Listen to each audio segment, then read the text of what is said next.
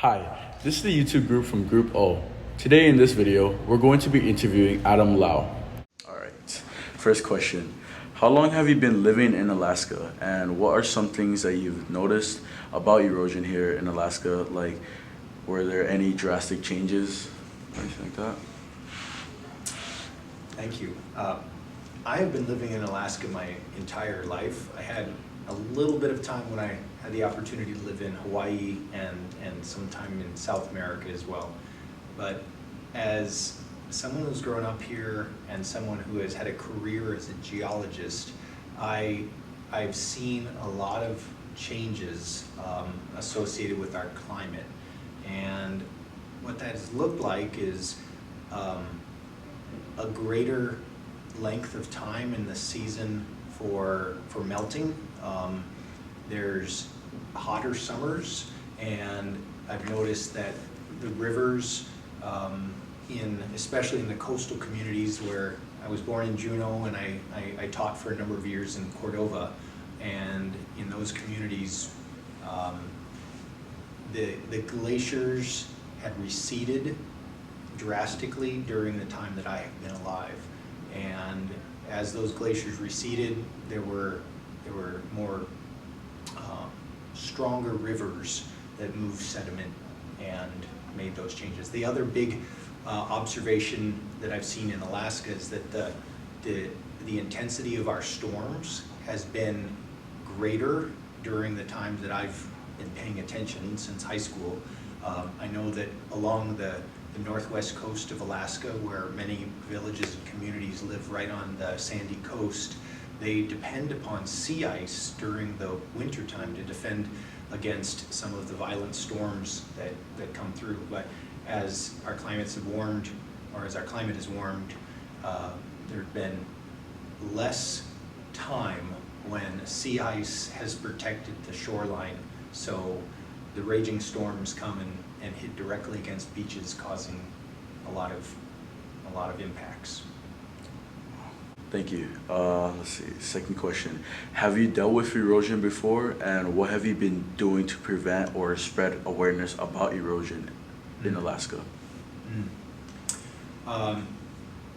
In my capacity as a science teacher, as an earth science teacher, as a geology teacher, I try to help my students gain an understanding of how erosion shapes shapes much of our earth. And so bringing students on field trips to places like Suntrana Creek, where we went last weekend with a group of students to see how sediment is deposited, sediment moves, and how the changing structural geology of a region can uplift mountains, but the rivers and erosions can cut them down. I think that having a healthy understanding of the power of erosion to move sediment is something that, and to change our environment is something that students need to have if they can think strategically about building communities, because communities that live next to water have a responsibility to understand what that water brings with it, and when that water adjusts its path over time, and we as humans don't quite understand the time scale that geology works on. So a human life of 100 years seems like a long time, but in the geologic time scale, rivers move and mountains go up and glaciers get bigger. Regardless, having that ability to look into the geologic record and understand how things have been different in the past gives you the information that you need to move forward and make decisions about the rate of change or predictions about whether it's a good idea to put a community in a certain place or not. All right, next question. How do you feel about erosion, and is it affecting you or someone you know? So how do I feel about erosion, and is it affecting myself or someone I know? As a geologist, as a science teacher, I feel like erosion is something that happens in nature, and it isn't something to dislike or like. It is simply like the way time moves, or the way that water operates in a certain environment, that ice freezes according to natural laws. I think the conflict comes when humans build in places where the earth is very dynamic. And sometimes humans make choices based upon economic reasons, or based upon a short-sighted view of how pretty a place looks. And all of the factors that play into how beautiful a place looks or how economic it is have to do with the way in which the earth and the environment interplay. And for me, raising awareness about that is the most important thing that can happen.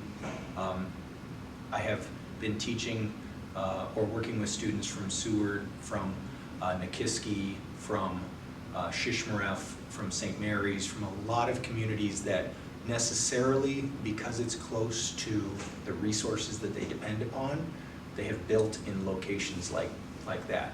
And you know, in terms of how do I feel about that, it's sad at times watching that communities have built their livelihood around a dynamic resource that is changing. And other than sharing the observations and interpretations on how that might change, sometimes those hard decisions are ones that a community has to make. And the best that I can do as an educator, as a geologist, as somebody who can facilitate, is to help hold space for those conversations to happen within the communities. Thank you. How do you think we can prevent erosion? I don't. How do I think you can prevent erosion? You cannot prevent erosion on a macro scale. On a micro scale, you can look for patterns in nature, and you can either do science research, engineering research, to try to investigate opportunities or ways that you can build in a resilient fashion, but that's a defense mechanism. It's much cheaper if, as you make plans, you can think ahead and look at the earth to tell what stories it shares already. A great example of this is in California. When you wish to build a house, you have to have a geologist assess the potential earthquake damage or the potential seismic damages to the area based upon the designs that you have. And I've lived in South America where there were no building codes for structures to be put up, and an earthquake that's a certain magnitude caused widespread devastation, when a similar earthquake happening in an area that builds resilient structures and focuses on the engineering to prevent those kind of tragedies. Yeah, that's what I feel could make a difference. As we understand the dynamic nature of a changing earth, we can make decisions and build in a way that protects structures from harm to the extent possible for the cost that it incurs. Okay, last question. As the rivers wind and change throughout the years, it changes the geographic of the land. This in part is caused particularly by erosion. So would you say the movement of towns and cities throughout the future away from rivers would be possible? The question relates to how many towns are built upon rivers, and as we've learned about rivers and their dynamic nature to change over time, is is it a good idea to consider moving the towns or placing the towns in different locations before they're built? If I understand that correctly, I think the answer lies in how much has already been done.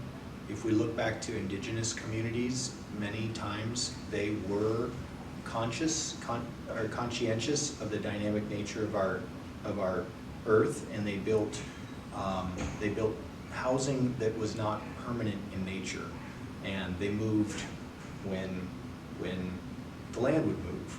And it's been only since Western civilization came in and declared private property as being a defined region on the ground that it's really become an issue of, hey, I had 3 acres of land and then the river moved and now I only have 2 acres of land. It's not anybody's fault in that regard. And I think that that the safest thing to do might be to declare rivers' edges to be parks and allow for dynamic fluctuations to occur over time. But the hardest thing is that people have a sense of ownership of their riverfront property or their beachfront property, and it's that ownership that causes pain. So yeah, I don't know what to say other than talk to everybody as they make the decision based on the information that they have about the best course of action moving forward. Thank you, Adam. That'll be it for our questions. And thank you for taking the time to come here and be interviewed. Thank you. Thank you.